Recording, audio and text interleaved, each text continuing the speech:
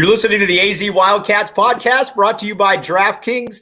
Great deal going on right now. You throw down $5 or you throw down $1 on any NFL game. If either team scores, you get $100 in free plays. A team's going to score, so hop on there. Speaking of scoring, we've got U of A team captain, touchdown leader, trainer, pretty much everything. Good buddy of mine, Mr. Kelvin Eafon, joining for the first time. What's up, Kelvin? How you doing, my man?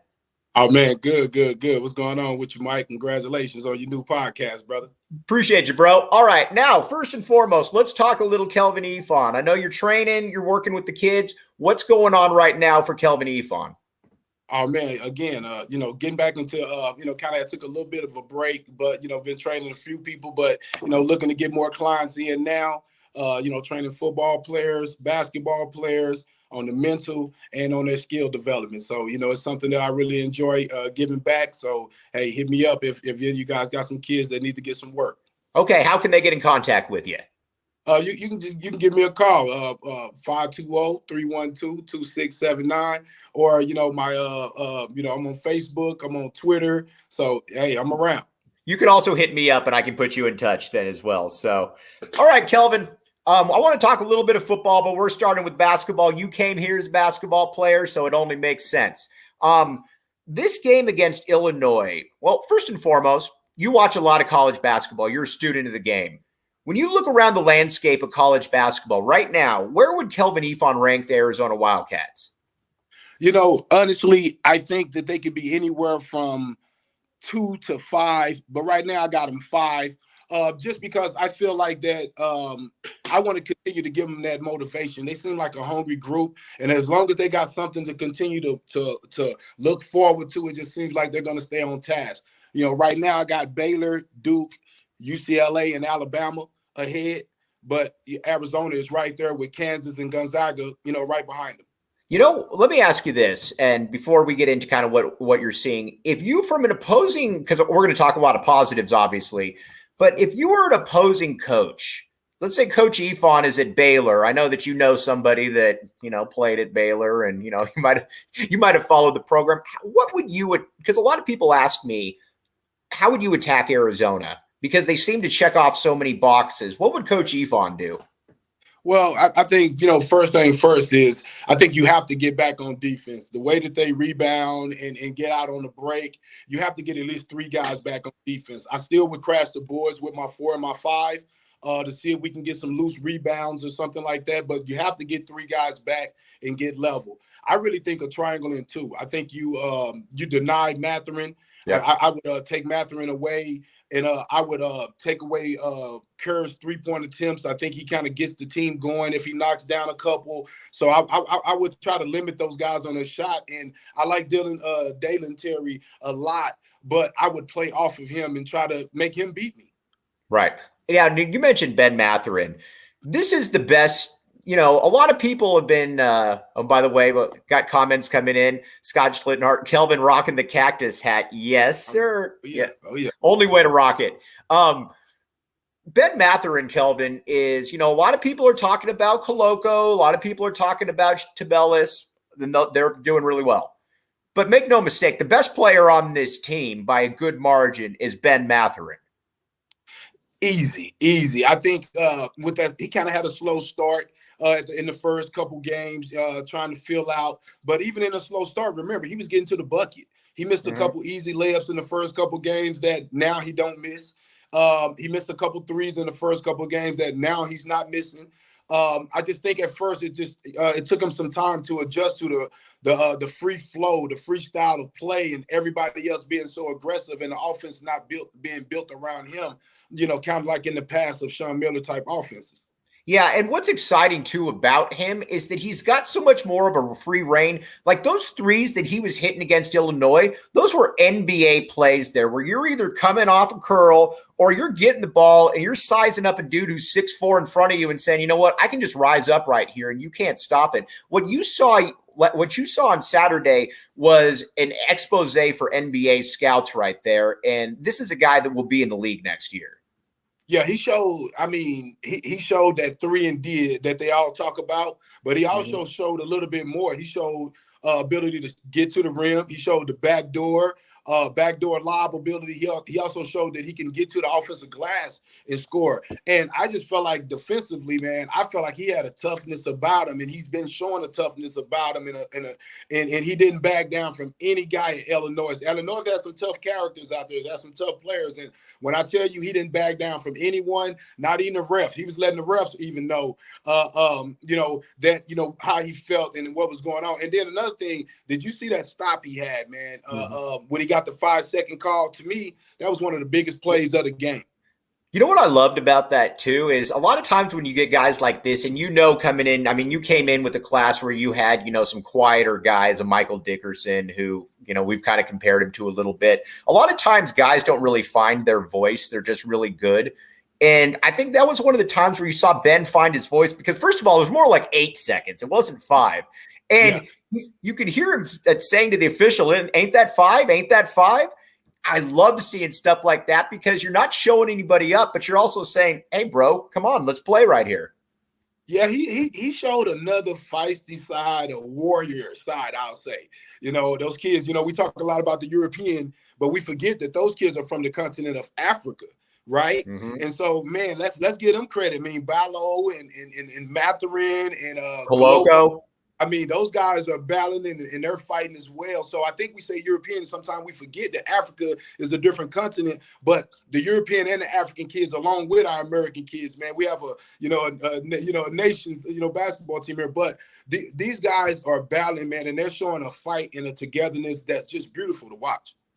Now, what would you say then, like you watch this team right now, and the one thing that I think, first of all, Illinois, that was a game where I don't care that Illinois is not ranked. That doesn't mean anything to me because I know what a top 15 team looks like. That's a top 15 team at the end of the season, Kelvin, because they check off pretty much every single box. Coburn is a monster down low. He's kind of he's the guy that's almost just too big for college. And then you've got guys like Frazier, you got Alfonso Plummer. This is a team that'll be a top 15 team at the end of the season. I wanted to, though, talk to you a little bit about Koloko. And defensively, first and foremost, your coach. Why is the offensive player still in this day and age allowed to always lower the shoulder into the big man? And then when the big man comes down to block the shot, the big man that's coming down to block the shot gets called for the foul when he's not the one that initiates the contact. Well, I think when you're dealing with a big guy, like Kofi, I think that he's just that big. I really believe that. I mean, when you got a guy that's basically 280 pounds and he turns, I mean, he's going to bump into people and he's going to knock them around a little bit. And I'm glad that the referee, he ended up with no fouls. Right. And I'm glad that the referees let those guys play because I think it would have been a detriment to both of those guys that the referee would have called a bunch of fouls. Yes, Koloko did, come over the top a couple times or whatnot, but I thought he still showed tremendous fight. I thought he played him one-on-one. He didn't back down an inch. He got knocked around a little bit, but he showed fight. And we all know that he's still developing as far as strength and getting weight on him. But I thought that he battled him to a T, and he was one of the reasons why I thought Kofi was a little worn out and wasn't able to finish around the rim. He was only 5 for 15. Right. So exactly. He had a good day, 13 for 13, but he wasn't able to dominate the way he thought, and especially being that Koloko was matched up with him one-on-one most of the time, trying to prevent the shooters from knocking down a bunch of threes. The great thing here on the AZ Wildcats podcast, brought to you by DraftKings, is we get all the best people on here and highlighted by the captain right here, Kelvin Eafon. Again, here's the deal. You throw down $1 on an NFL game, new customers only. You get $100 in free plays if either team scores. You know what? There's a lot of guys out there that have some good college stats, maybe not Kelvin Eafon type college stats, but college stats nonetheless. And so somebody's going to score. And here's the deal. If you got a gambling problem, call 1-800-NEXT-STEP. This deal goes for Arizona only, 21 and up. Eligibility restrictions do apply. DraftKings Sportsbook, code word PHNX. Give it a look right there. It worked for me. It can work for you. All right, let's stay on Koloko there for a minute because going into the season, I thought he was kind of the great equalizer in one realm that look back to 2001. When Arizona went to Duke, were you still playing football overseas or were you back by then? I think I had just got back. Okay. Lauren Woods wasn't the best player on the team. That was probably Gilbert, or, you could go in a lot of different directions. But Lauren Woods, I always felt, was the most impactful because he gave you the most margin for error on the back end with the blocking the shots. Christian Coloco is kind of that guy to me here. And you saw that against Kofi. Like you said, he was 5 of 15. And the reason why is because Coloco's length is a major issue. And with Tommy Lloyd's system, he can expand out there, Kelvin, and he can take some chances. When Coloco's not in there, it definitely shows. And Ballow's good, don't get me wrong, but he's not the quite the rim protector that Coloco is. I will, defend him a little bit there. I think with more time, more minutes, you'll see. I mean, I thought that was a great block. He came over and he blocked up a shot in the game on one of the guys when he came over backside and got off his feet pretty quick and got a nice block there. But, I think with his size, he brings something else to the game. So, he's great backup right now for Coloco. But again, Coloco is just his length and changing shots. And he had Kofi worried all night about him getting it. And, as the game went on, he ended up getting a couple. But at the beginning of the game, Kofi missed a lot of easy bunnies right at the bucket because Coloco's length had him, bothered him. Kirk Kriisa is an interesting guy because he didn't play well in the first half. But you know this more than anybody, Kelvin. Some guys are gamers.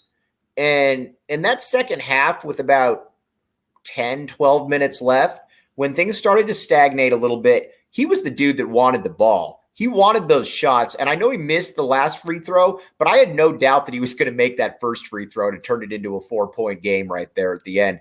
And that's something, and you coach, so that's something that I've always felt. That's one of the few things that you either have or you don't have. And it's hard for a coach who can instill confidence in you, but at the end of the day, you still got to go out there and do it. Yeah, you know what? I thought he did a great job because I thought they was trying to heat him up early. They were doing a great job of defending him. And I thought instead of him kind of being his old self where he was, looking to take a lot of shots, I thought he was trying to, work the ball around and use his other players. I thought in the first half, he really wasn't looking for his offense. He didn't take the usual 4 or 5 threes that he usually takes in the first half. So, I kind of commend him on that because I think in this game, I don't know if that would have been smart going against the defender, that he was going against. I mean, that kid was, tough and been a tough defender for 5 years up at Illinois. But I thought he turned it on in the second half. They started trying to stop Tabellas. They started trying to load their defense up on Ben Mathurin after Ben had such a great first half. And I thought he did a good job of saying, oh, y'all forgot about me? And instead of him just looking for his threes, he started going to the floater. I haven't saw that. I thought they overplayed his threes, and he went to he penetrated and got a couple floaters. I mean, that was huge right there because now it's forcing the big man to come and play. He also penetrated and got a couple pull-ups because Kofi was playing so far back that spot was open. So I think you probably have to take your hats off to the Gardners and the Coach Lloyds and the coaches on the bench because that was the second half adjustment to kind of tell him, hey, we need you to turn up a little bit right here because, it seemed to be that their defense was kind of handling them a little bit and being physical with them in the first half. You always, when you have guys who are shooters, and a lot of people are wondering, why isn't he shooting a better percentage? The reason that Lloyd's letting him shoot the way that he is because Lloyd knows that that's going to come around. He sees him in practice. He sees the confidence. So just because somebody out there says, man, he's going 5 of 13 each game, Lloyd sees something different, and he knows that that's going to hit there at some point. And the guy knows what he's doing, and you saw that in the second half right there where he came down 2 straight threes, you said, then he got the floater, and then he even had one where he attacked the basket and got fouled that I didn't even know he quite had. He's got sneaky explosion there in certain situations there, Kelvin. Yeah, again, he's not afraid. He comes from a country where he was the best player and they leaned on him and they really believed in him. And he has that swagger. I mean, he really believes in his game. But again, to me, for him to temper it and wait for that perfect time to let it go, I thought that was, a part of the key to the game because he could have shot us out of this one, Right, for sure. No doubt. Yeah, he was just being smart. And I think Terry not being really a shooter, aggressive to get shots. I think Tubelis being more of an inside player now, looking for a lot of scores, 15 foot to the bucket. Coloco. It's only 2 guys out there really looking to shoot, and you have to have guys spacing the court. So it's okay for for Kerr to take those shots because you have to open up the court. If you don't, with Terry kind of being a non-shooter, you could have guys really dropping in low to really double team and try to crowd up that lane to slow down Tabellus and Koloko. I don't think there's too much they can do with Mathurin. Right. No, for sure. You know what's funny too is you could tell that early on, and basically early on, I mean from the tip, Lloyd thought he had an advantage with Tabellus. When you go to a big man, especially 3 straight times to start a game, you're not only trying to set a scene, you're also saying that I'm going to put some confidence in you right now, because he was kind of the unique matchup there. Mathurin's the best player, but Illinois really didn't have anybody because he's a little too quick for Coburn. He's a little too big for the other big guy. And I think you saw that throughout the game, that this was something that they were going to try to take advantage of. Yeah, again, their bigs got in foul trouble. Their starter, I think that really hurt their team because he was a stretch 4. He's a guy to make threes and usually has some intangibles. But he got in foul trouble because, again, Coach Lloyd and them did a great job using Tabellus to attack him and get him in foul trouble and get him out of there. I thought that was one of the deficiencies of Illinois is not having a true big two bigs that could end up playing at the same time to be able to slow down Arizona's 2 bigs. With Kofi being stuck on Koloko all day, it gave Tabellus a chance to have a great game, and I think he ended up with like 17 points and 8 big rebounds. All right, I want to switch over to, well, what do you, by the way, before we get into conference play, I wanted to switch over to football real quick before we let you go. What are you got UCLA and USC coming up here.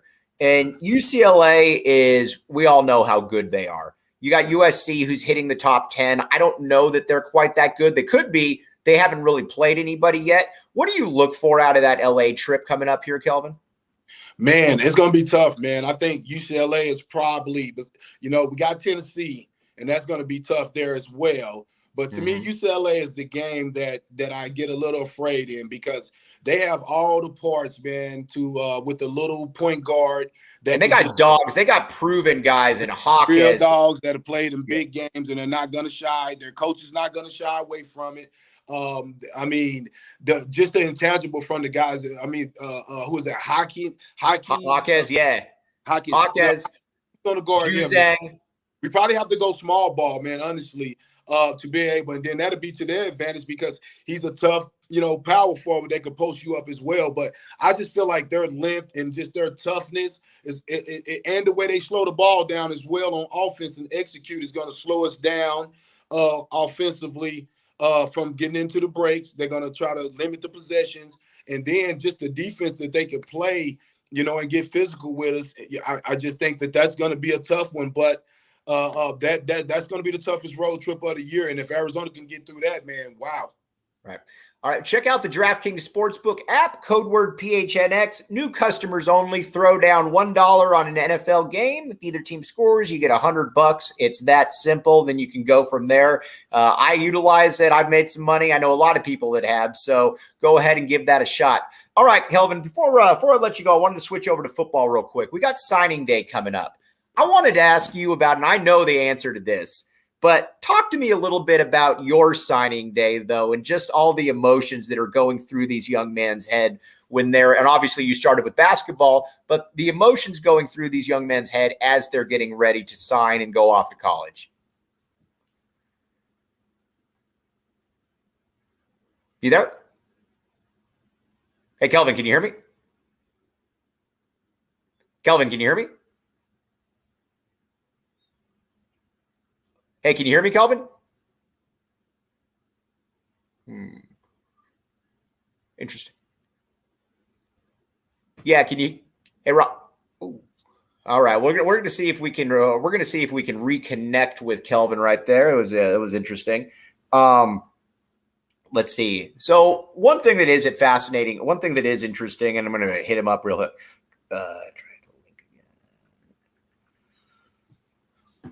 I wanted to talk to Kelvin a little bit about was just kind of what exactly his signing day experience was, because he came here for basketball. So, and it's a little bit of a different situation. I know he signed at his high school.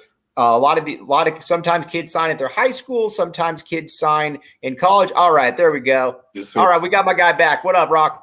I'm back. Yes, sir. Well, yeah, talk to me. All right, Kelvin, talk to me about your signing day experience, though, and just all the emotions that went through your head and were going through some of these kids' heads.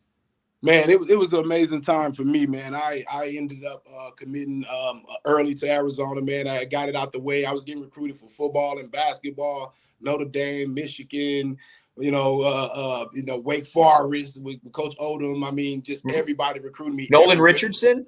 Nolan Richardson. I mean, Baylor. I'm just getting recruited by everybody. Michigan for football, Miami for football and basketball. It was just crazy and just an emotional time, man. Because I'm at my high school. I did it at my high school. I had my signing at my high school and had all my friends there, and my grandparents, brothers, and it was just amazing, man. To be able to be inspiration to the rest of the kids in my school and in my neighborhood, to show them that if they handle their business, played well, hit the books, they can, got that SAT score, they can get off and go to college as well. What would you say to the kids, though, that are now going to be hitting campus? And you know what? It's a little bit of a shock. They're going to be seeing things for the first time they've never seen. What would the captain tell a lot of these kids that, are about to embark on something that they've never seen before? First thing first, I'll tell them, make sure you get you a mentor, that been through it. Find you a former player, find, somebody on campus. A lot of times they have former players on campus, but, go try to find some mentors. Make sure you get in study groups. Make sure you take advantage of your study halls. Get to know all your professors. Take school serious, man. Get your education. I mean, you're a student, you're an athlete, but you're a student first, man. Make sure you get your education and get your education in something that can help you when you're done. Athletically, man, get in there, man, and remember what you did in high school to get you there is important because it was something that you did that they liked. But go there with an open mind, man, and be ready to work your butt off to put yourself in a situation to have a great career and possibly have a chance to play in the NFL. All right, Kelvin, first of all, incredibly appreciative of your time. Let the people out there again know how they can get in contact with you for training, all that good stuff. Yeah, again, you can reach me on Facebook, a messenger, or you can hit my number, 520-312-2679. Always, open to train kids, basketball, football, mental training and skill development. So, really enjoy it. And, it's my passion. He's the captain, Kelvin Eafon. Can't thank you enough. And also follow him on K-Rock Desert Storm right there. Another good way to get a hold of him. For the captain, Kelvin Eafon, I'm Mike Luke. You've been listening to the AZ Wildcats podcast. All right, brother.